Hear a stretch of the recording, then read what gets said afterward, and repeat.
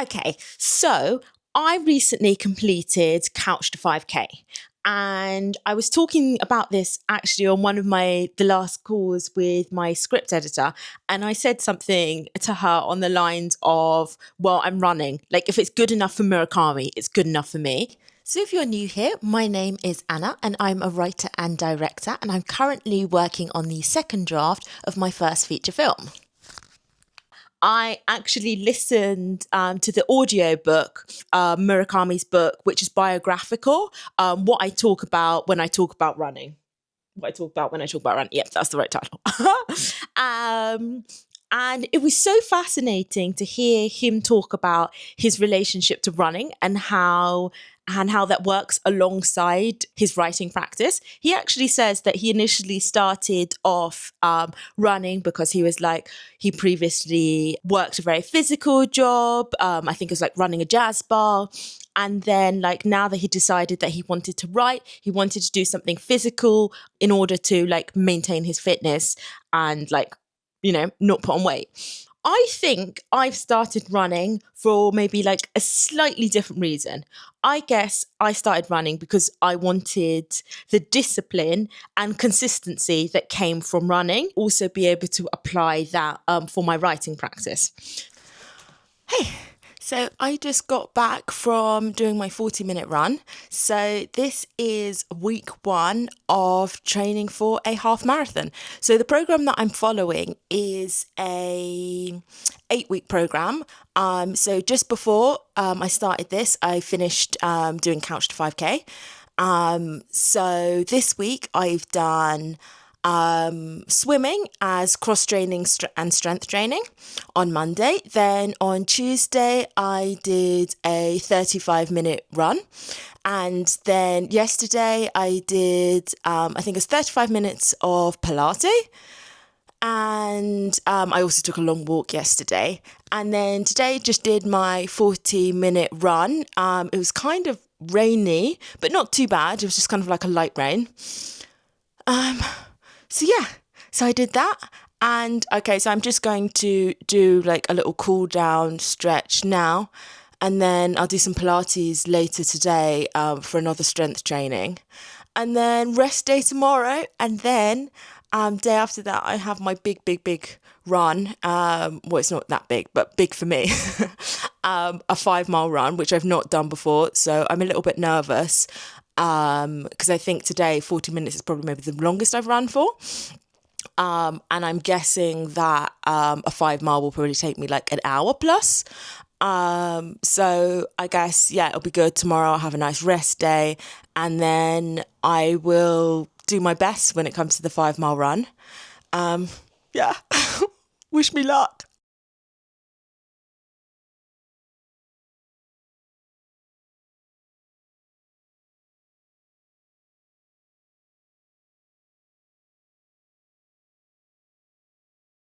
Hey, so this is week 1, my last run of week 1, but that actually means that I've got my long run. My long run is 5 miles, which is the equivalent of, I think, 8 kilometers and 47 meters. I can do this, but I'm nervous because I've not run this far before. I'm going to do my best. That's all I can do, literally. But yeah, so I'm going to do a little warm up. I think I'm going to try and do it as flat as possible. But because I've not done a run this long, I don't actually have a route for it. So I think it will be less forest and more on the road. So it's flatter. I don't have gels or anything like that. I think I should be okay for 8 kilometers, but I think I'm gonna have to start getting some gels and maybe get a run vest and get fully kitted out for when I'm starting to get onto my longer runs. I've got my weighted wristbands and also on my feet too. So just gonna do a warm up and then I'm gonna go do this. Tall, hands to the hips, keep breathing in a nice kind of conscious way. Set your breathing pattern for your run as we're doing the warm-up. So in and out through the nose if you're able to. Okay, so I'm at 7 kilometers 60. I thought I was past finishing, but no. So I'm trying to get up to 8 kilometre, 47 meters, which is 5 miles. I feel like I'm still running, but almost like barely. Oh my God. But, you know, I'm doing my best. And it's my longest run so far. So, I'm proud of myself. Okay, less than a kilometre to go. Woo. We can do this. We can do this. Woo. Okay, so I just finished 8.5k. I did it in an hour and 3 minutes, so I think that's not too bad. So I was thinking I might be a lot over an hour. Not bad. I feel a bit woo now, but I did it. I look terrible, pero I did it. Okay. Woo. Week 1 half marathon training done. Yes.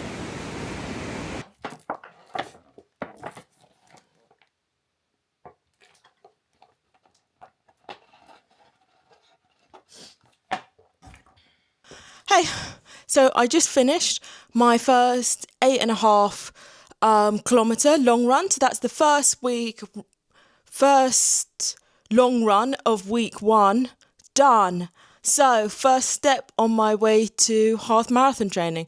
I feel kind of sore, which I don't normally feel sore after my runs, but this is the longest one I've done so far. I did it in an hour and 3 minutes, so I'm proud of my time. Probably, I can improve on it, but I thought it might take me longer. So I'm happy with that. It was actually a beautiful day today. The sun was out, no rain, which is very rare. It feels like spring has arrived. And I'm proud of myself. I'm proud of myself for doing it, Okay, I'm just going to have a cool down stretch now and then rest. And tomorrow's rest day until week 2. Really focusing on that calf and hamstring area, and then use the left hand into the floor, and then we're slowly massaging and pulsing with this. So the hamstring area. Breathe. I look crazy because I went on a run earlier, but anyway, I'm basically just about to go and hide my phone from myself because apparently I can only write if I hide my phone from myself. So I'm going to hide my phone and then I'm going to stop writing.